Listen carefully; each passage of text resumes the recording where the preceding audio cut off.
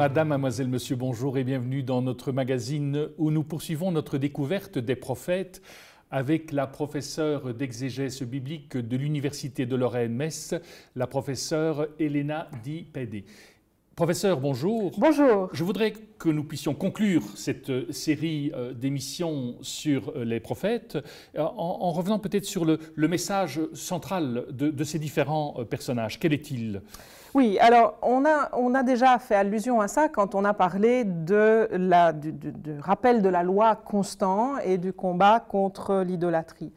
Mais ça, évidemment, prend corps dans un langage particulier qui est souvent difficilement audible par nos contemporains, parce que quand vous ouvrez un livre prophétique où vous entendez des accusations à longueur de page et qu'il faut vraiment chercher pour trouver une petite parole qui vous mette du baume au cœur, c'est vraiment très très compliqué. Donc il ne faut pas se décourager trop vite, mais il faut effectivement essayer de comprendre ce langage particulier dont le but est véritablement, c'est quelque chose auquel on a déjà fait allusion, le but est véritablement de ramener la justice, parce que ce n'est que dans des rapports sociaux justes et fraternels, pourrait-on dire, que la vie peut s'épanouir pour tous, quelles que soient les conditions économiques ou la place que l'on occupe dans la société. Toutes les places sont importantes pour autant qu'elles soient reconnues et que le rapport entre tous se fasse, voilà, utilisons ce mot, de manière fraternelle. Alors, le langage, effectivement, il est compliqué parce que on peut utiliser des pratiques, des éléments qui relèvent du langage juridique, et puis on peut utiliser des éléments qui sont de l'ordre de l'accusation, avec, de temps en temps, quelques mots qui consolent ou qui donnent de l'espoir pour l'avenir. On retrouve tout ça chez les prophètes. C'est comme si le message avait deux faces. Donc, c'est une médaille à deux faces, avec une face qui prend peut-être un peu plus d'importance que l'autre. Le but est toujours le même. Le but est toujours le même, c'est de ramener au centre. Le centre étant l'alliance et la loi qui régit l'alliance. Alors, il y a un procédé assez répandu dans les livres prophétiques qui s'appelle le rib. C'est un mot hébreu qui veut dire le réquisitoire prophétique. C'est une procédure de justice, mais qui n'est pas encore le tribunal. Et la personne lésée, aujourd'hui on pourrait dire par exemple, on va chez le médiateur. Avant d'aller devant le juge, on va chez le médiateur. Mais avant ça, on essaye peut-être de se parler entre soi. Parce que je peux ressentir comme injuste une action ou une parole que quelqu'un dans ma famille me renvoie, mais l'autre n'a peut-être pas l'intention d'être injuste ou violent. Donc la première, le cœur du rib, c'est la parole. Et celui qui se sent lésé dit à l'autre, écoute, voilà, ça, je n'ai pas apprécié et j'aimerais bien qu'on puisse trouver un terrain d'entente. Donc il n'y a pas encore de juge.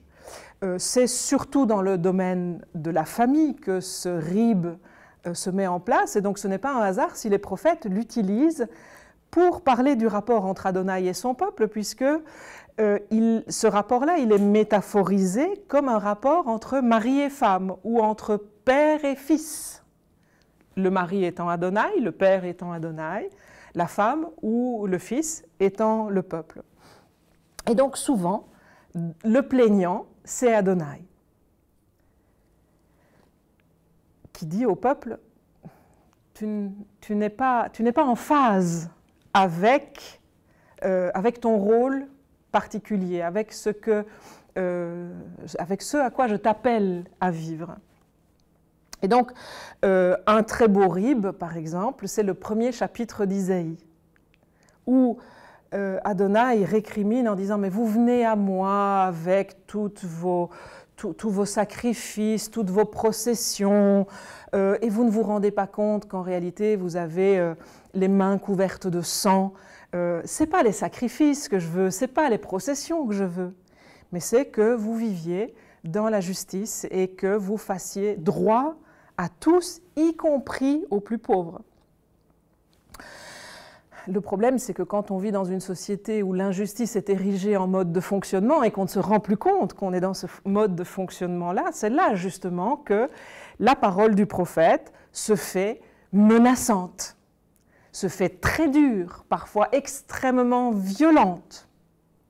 Parce que le but est d'abord de faire prendre conscience de quelque chose qui ne va pas. Et c'est très facile, au fond, de se dédouaner des responsabilités qu'on peut avoir dans le mauvais fonctionnement de la situation qu'on est en train de vivre.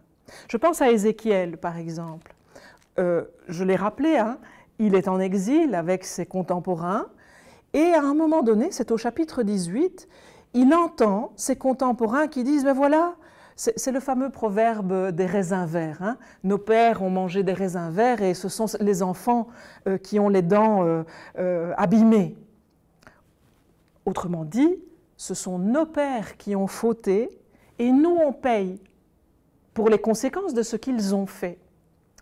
Voilà, c'est une manière très simple de se dédouaner. Nous ne sommes pas responsables de la situation que nous sommes en train de vivre.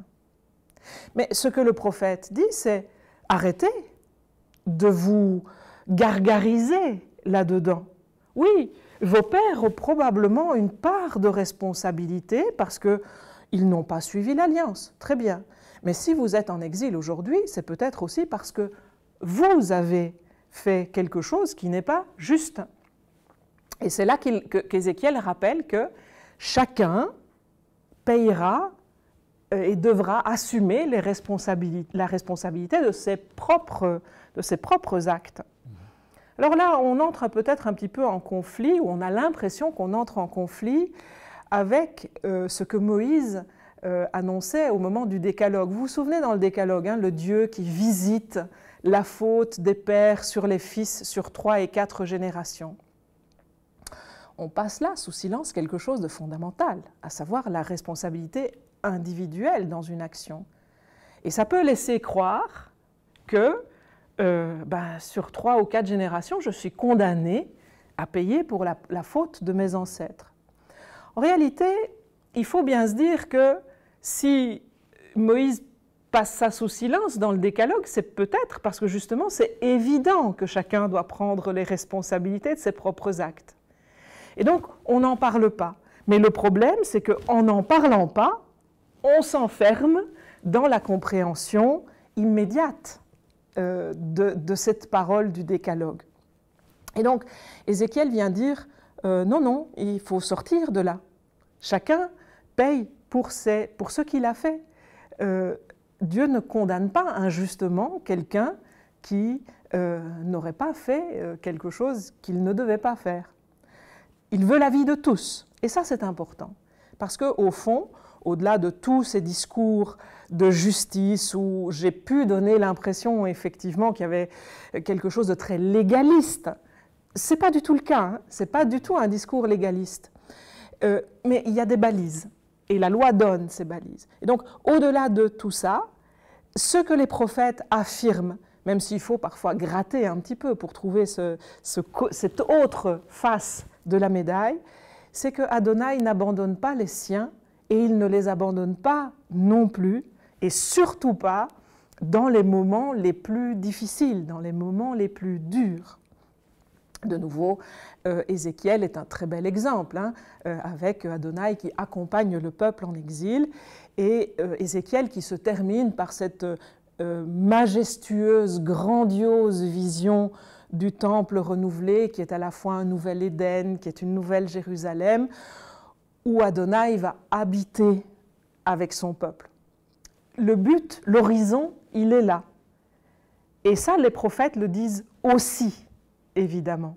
Mais pour arriver là, pour arriver à cet horizon, à cet idéal, le fondamental, c'est de marcher en alliance, comme le disait Miché dans l'extrait qu'on a lu il y a quelques semaines, marcher, faire le droit et marcher humblement avec son Dieu.